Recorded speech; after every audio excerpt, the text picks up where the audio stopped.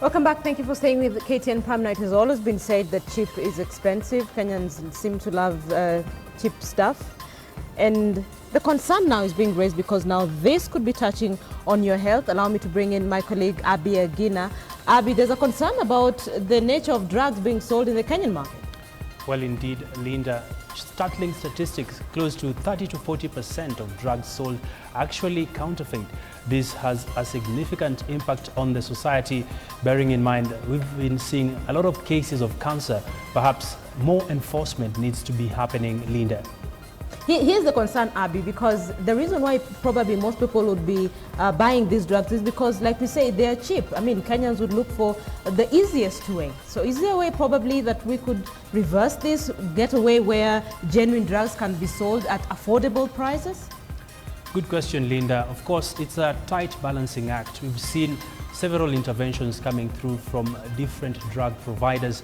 Of course, the pharmaceutical business has been booming, and the bottom of the pyramid, that is the low end of the society, do not have the money to afford the critical drugs. So it creates a black market to some extent. So it's a question of how fast can the government step in and address the question of pricing, really, Linda. Okay, Abby, you take it away in businesses.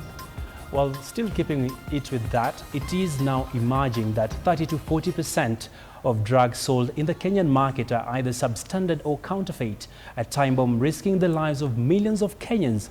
As Philip Keitani reports, these counterfeit and substandard medical drugs that are sold at much cheaper prices could actually explain the increased number of cancer cases, resistance to medicinal treatment, and increased expense of medication over time.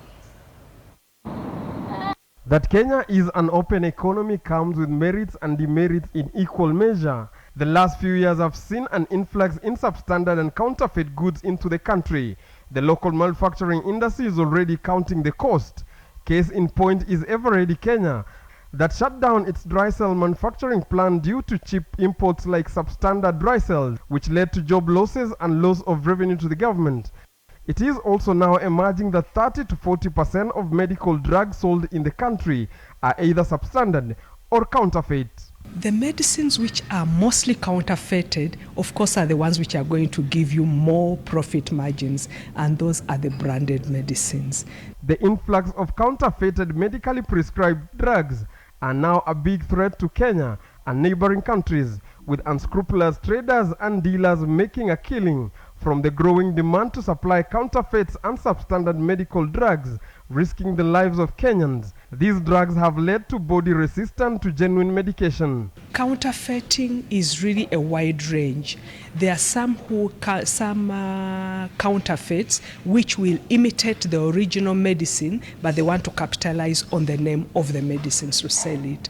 In Kenya, the law requires that all medicines sold in the country are tested as a prerequisite for registration by the Pharmacy and Poisons Board. However, very few licensed players abide by this law.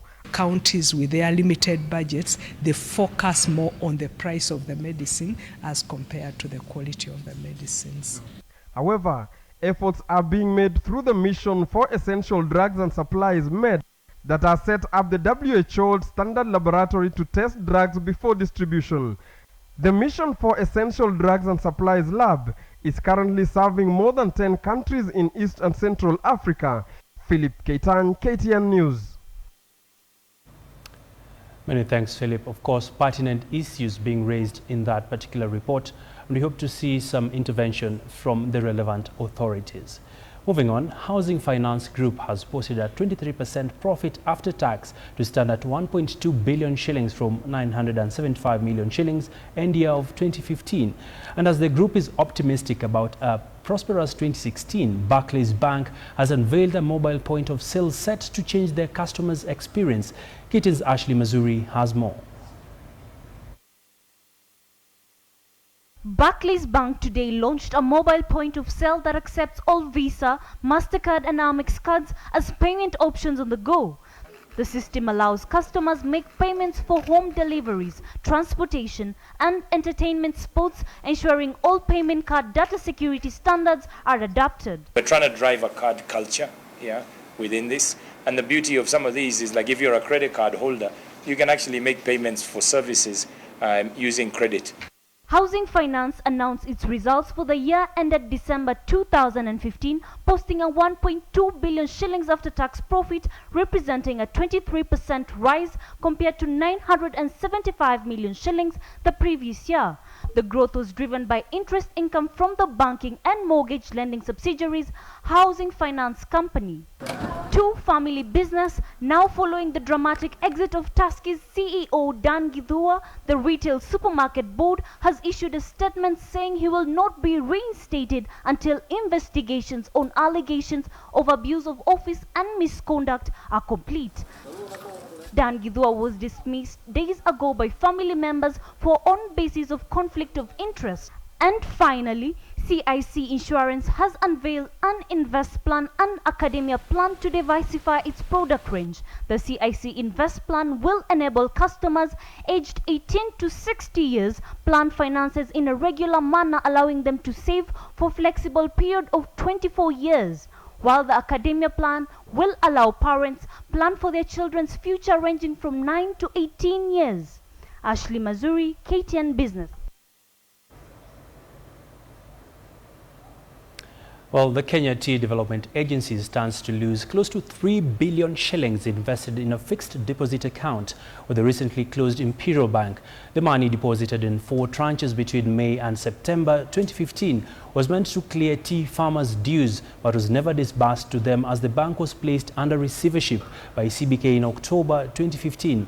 KTDA then drew money from other sources to cover the money held up at Imperial Bank. Imperial Bank's owners have accused CBK of failing to engage in constructive dialogue towards the bank's recovery. CBK came up with a depositor payout plan for the bank's 5,700 large and small depositors who hold about 88 billion shillings and are set to receive their money through Diamond Trust Bank and KCB.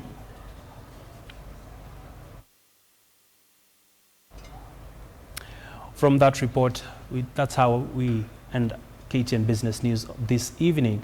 But I want to leave you with the day's financial report. I look at how the money markets have been performing as well as the stock markets. My name is Abiagina. Thank you for your valued company.